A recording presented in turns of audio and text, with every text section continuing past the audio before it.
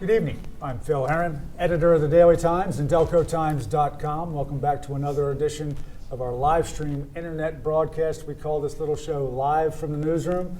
It's where we take the people and the issues that are making headlines here in Delaware County. We bring them into our offices in beautiful downtown Primos, and we talk about some of the key issues of the day. We are back out on the road now that we have the holidays and the non-blizzards behind us, and we have returned once again to our home away from home here on the beautiful campus of Widener University. And we want to start the program as we start a new semester with our partnership with the good folks at Widener. We want to offer our thanks to the folks at Widener who are hosting us once again this semester. We happen to have one of their mavens of public relations who's going to be on the panel with us tonight, Dan Hansen. We'd also like to thank, obviously, Widener President Dr. James Harris for his cooperation with the show. We are in beautiful Freedom Hall, home of the Widener Communications Department, and we utilize for the show their state-of-the-art TV studio, which is an absolute knockout, I can attest to. And we also get the opportunity to use some of the students in Professor Tim Sapansky's communications class. They work behind the scenes, they work the cameras, and then they do their best to try to make this ugly mug look good. Tonight we're going to be here on the campus of Widener talking about a less than beautiful problem that continues to affect the city that Widener calls home. We're going to talk about violence in the city of Chester and a new effort in the city in conjunction with the school and an organization called the Riverfront Alliance of Delaware County. They are joining together to spearhead this new effort to combat the problem. Let me introduce you to our panel that we have tonight. Two very, very familiar faces. To my left, the good mayor of Chester, the Honorable John Linder, is with us tonight. And to his left, obviously, Chester Police Commissioner Joe Bale. As I mentioned, we're joined tonight by the head of public relations for Widener. Dan Hansen is here with us. And we welcome to the program Michael McGee, who's the executive director of the Riverfront Alliance of Delaware County. A reminder to our viewers, we are an interactive show. We've been soliciting questions online from our readers. We have some of those that we'll get to in a few minutes. You can also log on to DelcoTimes.com and take part in our live chat. You'll also notice that after the show runs, it is archived live on the show, on the DelcoTimes.com website. Mayor, I'm going to start with you, if I might. To be honest, 2014 just finished up, not a particularly good year. And in truth, again, we're seeing the same kind of thing as we start 2005. The city of Chester recorded 30 homicides in 2014. That's out of a total of 49 in Delaware County. So far, you've had 3 in January. Clearly, violence and the safety of the citizens of Chester remains an issue. We're here tonight to talk about a new program utilizing an increased use of surveillance cameras. Talk a little bit about what you hope to accomplish with this new program. Yes, Phil, thank you for having me tonight. And again, Chester, among cities, is experiencing the violence on a national basis, because we have it to the north of us in Philadelphia, to the south of us in Wilmington. And it's an issue for all the mayors that I talk with around the country. That being said, we did have a homicide year that we obviously did not like, didn't plan for, but that in itself, the number of homicides doesn't reflect all of the things that we have done, and it does not reflect all of the measures that have been taken to make the city safe. In fact, Commissioner Bell will be pointing out some of those specific things, and the homicide rate overall, the crime rate overall has gone down. The homicides are something that we can't predict nor police and cannot control. However, when we go to start looking at a community, it takes more than one thing. We look at the aesthetic quality that surrounds the community, the lighting. We've made improvements in lighting in the communities. We looked at things that were absent in the past years, and that is the involvement of the citizens. We've had more participation than ever, and citizens calling 911 and giving specific information to the police. So as overall, we have done a number of things that to attempt to make the city a safer city, and we have had an impact on crime overall. And statistically, we'll show that as we talk about some of the things we've done. But one of the things that we really, really are happy about, and it has shown that cameras, the presence of cameras, does have an impact on crime in all areas, and not only preventing, but in actually solving a number of crimes. And we're happy to have the partnership with the Riverfront Alliance and Widener. Commissioner, you were fairly outspoken in the press conference where we announced that literally there was going to be hundreds of additional surveillance cameras eventually added to the streets of Chester. You believe that they're going to be a crucial cog in this fight. What makes you so certain of that? The biggest problem we have in the city is people's fear to become involved and cooperate. The police department's there to serve and protect. We're there expecting the support and cooperation from the community. The cameras can't be intimidated. They say they're there, you see it, it's what you need, and these are the things, as we had with the Rite Aid shooting, that was key in solving that crime. All right. Michael McGee, Executive Director of the Riverfront Alliance of Delaware County, one of the groups that's been crucial in getting this program up and running in conjunction with Widener University as well as the city, along with money that you've gotten from PennDOT. Just take a few minutes, because I'm not sure that the people realize that's actually a little bit of a new moniker. Tell us about the group and the formation of the new name. Yeah, I mean, our group was set up in 1996 as the Institute for Economic Development at the request of then Mayor Dominic Pileggi. And the idea was that if you get the corporate leaders in the community, you could help solve problems that the city itself either didn't have the financial wherewithal or the expertise themselves to do it. So just last year, and I should also add that one of the things that makes us unique is that it actually has to be the president, CEO, or owner of the organization who serves on the board. It's not, so if we want to get something done, the leadership is able to make that happen from the top down.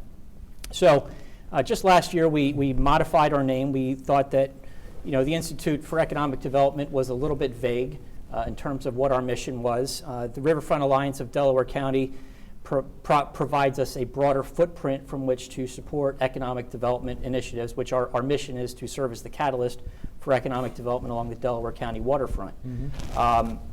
And clearly, our members see public safety as an economic development issue. You have to feel safe and actually be safe for businesses, residents, students, patients to come into the city. Right.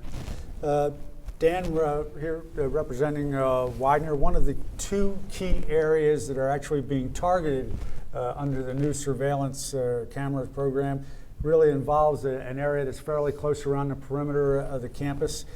Clearly, school tremendously concerned when it comes to security of students. The university is a booster of the surveillance camera program? Absolutely. We're contributing $300,000 to this initiative. Contributing to the vitality and the well-being of the city of Chester is a very important part of our civic mission, and we're very fortunate to have excellent partners here in the city of Chester with the city itself, with the Riverfront Alliance, and also with Rite Aid. And I'd just like to point out with the Riverfront Alliance, it's not just the Riverfront Alliance. There are a number of, as Michael said, a number of organizations that belong to this that are heavy hitters in the city of Chester. Right. Michael, one of the things that we noted in the press conference that was held a couple of weeks ago, in which Rite Aid became one of the first really private entities that kicked in. They kicked in $10,000 into the program to secure surveillance cameras. Basically, you combine that with the grant money from PennDOT, along with funds from Widener and the city. It brings the project to just a little more than $1.1 million. But Rite Aid really and truly has a very, very personal stake in the whole idea of fighting crime in the city, because they went through one of the more high-profile cases with the holdup and the fatal shooting of their store manager, Jason Scott McClay. Commissioner, if you could, you also stressed at the time, and you just mentioned it before, that it was the surveillance cameras that was really one of the crucial cogs in solving that Rite Aid case. And ironically enough, as we're doing the show here tonight, 3 suspects are headed to trial in media this week for that. But those surveillance cameras were really one of the linchpins in that case. It was crucial in both getting the identity because they were not local people. They were not Delaware County residents. It was crucial in getting the identity and the identification where the officers and detectives were able to follow it up, and the cooperation of both the news media and the actual TV media putting these pictures out. The phone started ringing right off the hook. And the cameras, they were just top-notch cameras. They were very, very clear, very precise. Something else that you referenced just a little bit earlier, but you also talked a little bit about, and it's something that we see, and it's not just in the city of Chester, we see this an ongoing pattern in areas that have crime problems. And you mentioned the fact that, you know, the truth of the matter is humans have certain foibles, and one of them is the fact that they can be intimidated, and there's a little bit of a fear aspect. The camera doesn't have that problem. The camera is always going to be there. One of the things that we sometimes hear an awful lot about from the community is a couple of things. One, places they fear that the cameras don't always work as well as they should. And two, that they're actually sometimes not even turned on. Any reaction to that? In a lot of the local places, and you know, a lot of times the business people themselves don't realize if you continue to tape and you're using an older camera, tape over it, you're not going to get the clarity that you normally would get in a new tape. And there's some cases people just put cameras up with a blinking light and as a deterrent. Right. Of course, this creates a problem. The officers walk in and think, "Oh, this is great. We got cameras." The guy says, "Oh no, it's only on a battery." And that presents a problem. And what we're working, with the organizations now is that we can tie everything in, and we're tied in with the Philadelphia Fusion Center. Right. And this is going to be a big, help for us because Philadelphia has a lot of success with their camera initiative. Michael, the Alliance, in addition to providing and securing a lot of this funding, is also administering this program. What exactly does that entail? Well, we're still waiting for the PennDOT funds to actually arrive, but the idea is that we will continue to serve as the administrator of the funds originally, and I think that the discussion has been to at least maintain an umbrella organization that involves the interested parties so that the ongoing maintenance and operation of it is taken care of, and that we have a structure to continue to address public safety issues. I mean, this all came out of a work group that was chaired by Dr. Harris. The commissioner's been involved, the mayor's been involved. We have police representatives from other communities, but we also have Crozier Keystone Health System, Harrah's, all engaged in the discussion about, what sorts of public-private partnerships can be created to assist the local police departments in their crime-fighting initiatives. Right. So this was the outcome of it. All right, a little bit of the nuts and bolts. This we'll review a little bit, Mayor. There's actually, to start off, there's going to be two corridors per se.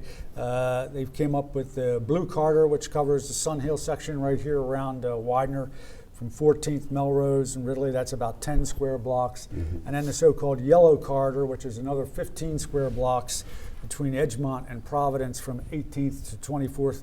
How did they go about selecting which neighborhoods were going to be targeted? Well, obviously, Widener is starting the program for Widener in the Widener area. We wanted to start here, but we also want to make sure that the city knows that we are going to spread this entire across the entire city. But that 18th Street, 22nd Street corridor, 22nd Edgemont, one of our highest crime areas, which happens to be about 5-6 blocks from Widener. So it's a proper fit to start there and move across the city. All right. Maybe, Commissioners, you could tell us a little bit, if you would, just logistically, where are these cameras located and how exactly do they work? Are they on light poles or traffic lights, or how are they set up? Most of them will be set up on light fixtures or Pico fixtures, and then they will be monitored both at the Divic and Philadelphia, and we'll have a facility here that'll be monitored in the city. Yeah.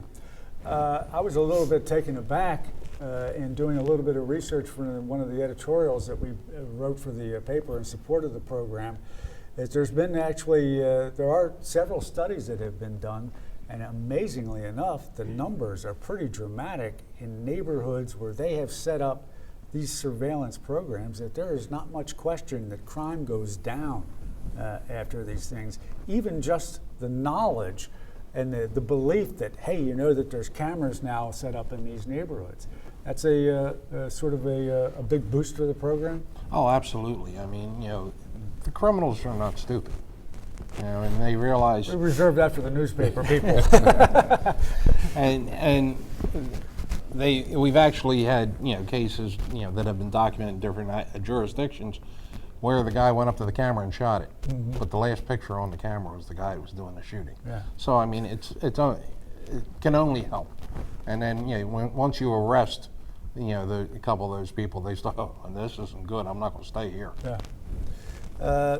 Dan, obviously, as we talked a little bit before with the idea of security and the campus, the idea of having these cameras, one of the things that you sometimes wonder about, and I don't know if you've heard anything from the student population or anything, or is there any kind of feeling of like a little bit of a Big Brother-ish kind of atmosphere that they know that, you know, these things are out there, they're being watched, or has anybody offered any privacy concerns? Not that I've heard, even anecdotally. We presented this to, we have a Sun Hill committee, and we presented this to the Sun Hill committee last month, and they were very, very pleased that this was taking place. I think that's always a concern whenever you have an initiative like this where we're using security cameras, surveillance cameras. And I know that the mayor touched on this in an event that we had a couple of months ago.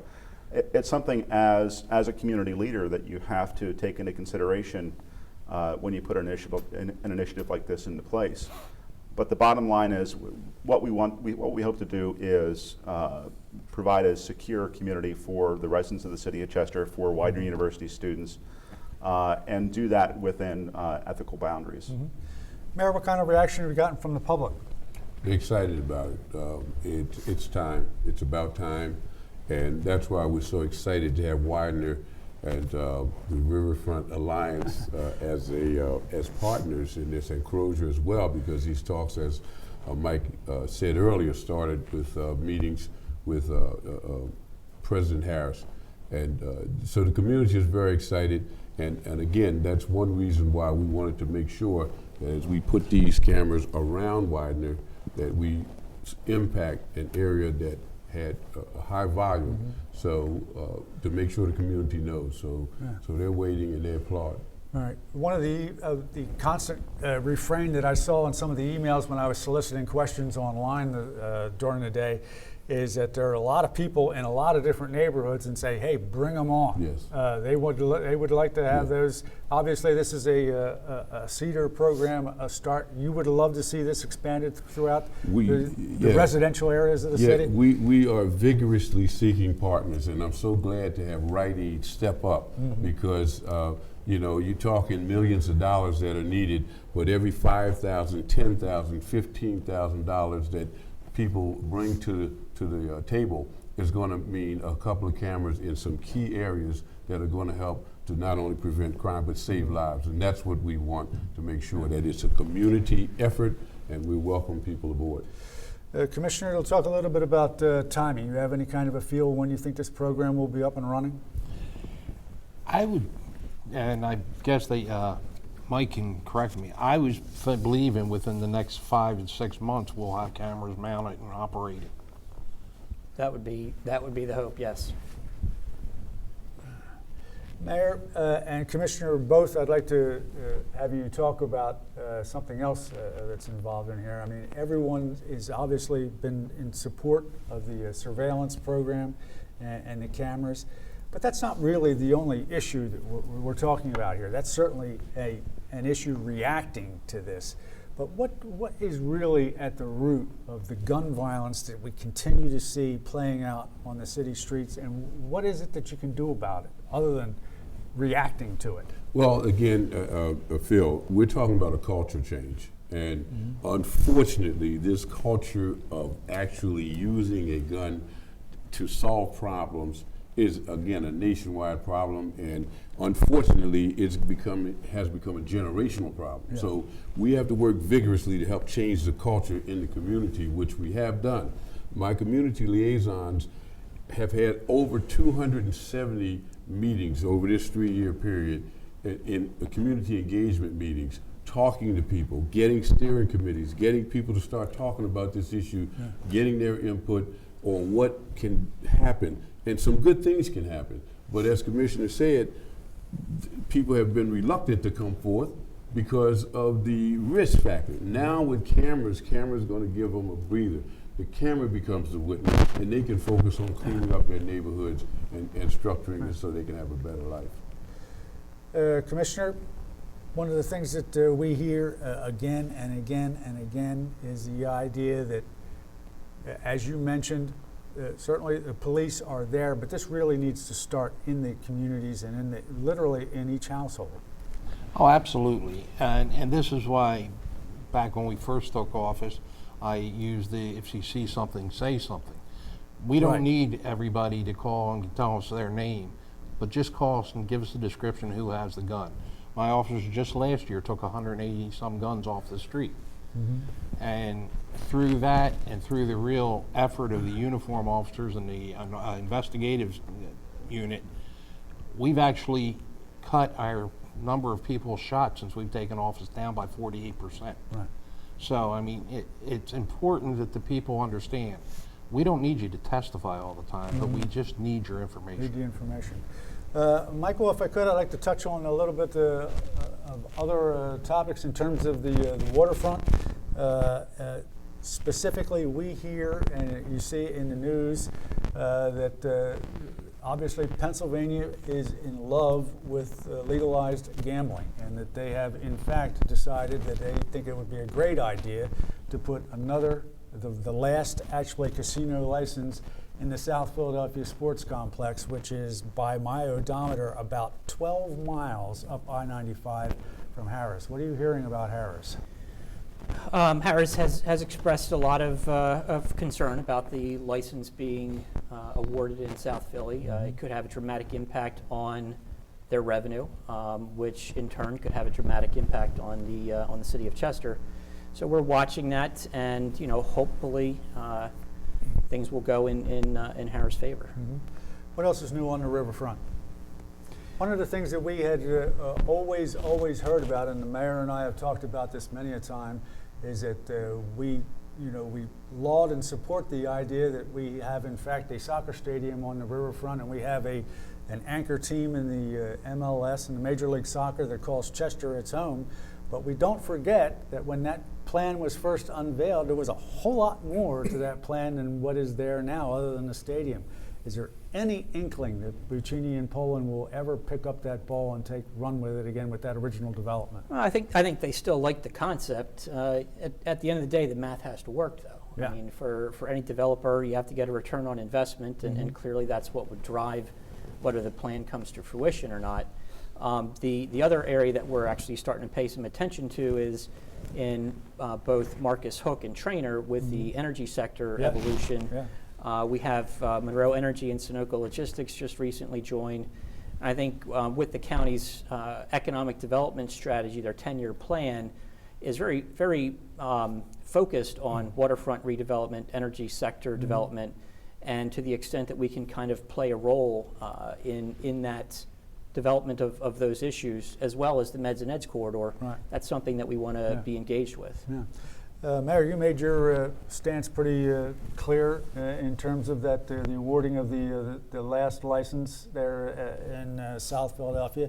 What kind of communications do you have with Harris? Well, first of all, Harris is a Chester entity, regardless of how the names have changed and so forth, and we want to see it succeed. We get money from Harris for our community. We want to see it work.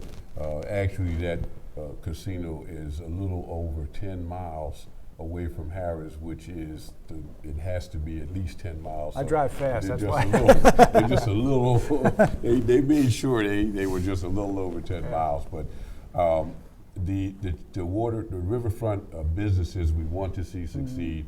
We hope Harris succeeds, and we've been seriously thinking about how we can help build a community around that area to help facilitate that growth. Well, one of the things that I wanted to mention in this, and it sort of is obviously a pattern that's going to repeat a little bit, is that one of the great lures in bringing a lot of this business, especially in the waterfront, was the idea of the KOZ, the Keystone Opportunity Zones. Well, time flies when you're raking in all that money, and lo and behold, they are no longer in that program. How does that play into, one of my fears has always been, hey, we're going to look around and say, we owe all this tax money now, we better start looking at all our opportunities here. Well, and that some of that is going on. I think Mike can speak to some of it too, but I think it's going to behoove the city to continue to work with entities like the Riverfront Alliance and work to establish tax incentives to get these businesses in here that are fair to the city. I'm for opening the city up, making it a business-friendly city, but we have to make sure that the city, at the end of the day, survives. So the programs, we have a program called the Criz Zone and some other creative types of programs that are coming on. And I'm reminding my council as well that we have to take the lead sometimes in making sure that we have those kinds of tax incentive programs that make sense for the city, and we can help create them. They just don't have to come down from the state and from the federal side. Michael, any concerns to that extent that once those KOZ benefits expire, that businesses start to take another look at their opportunities? I mean, sure, it raises the cost of doing business, and they have to evaluate how it impacts their bottom line. Go into something that the mayor had said. The state last year or 2 years ago passed the Community Revitalization Improvement Zone statute, which is basically a TIF type of a program. And we've been engaged with the county and the city to try to promote that to prospective developers. And really that's something that we've been trying to push hard, talking to the Bacini-Pollen Group and other parties to see if they have significant enough projects that a CRIZ type of a program would work for them. Mayor, I would certainly be remiss if I did not take the opportunity to bring up the fact that there's been a little political news in the city this week. You are, in fact, going to be challenged in the primary by longtime State Representative Thaddeus Kirkland, who announced over the weekend that he, in fact, had the support of the city Democratic Party. Were you surprised at all? No, that didn't surprise me.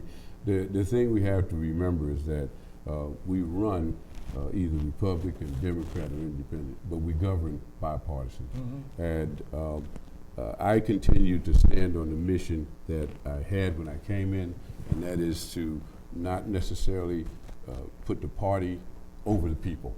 And that's what I've done. I've done community engagement, I've done human capital engagement, and getting people involved.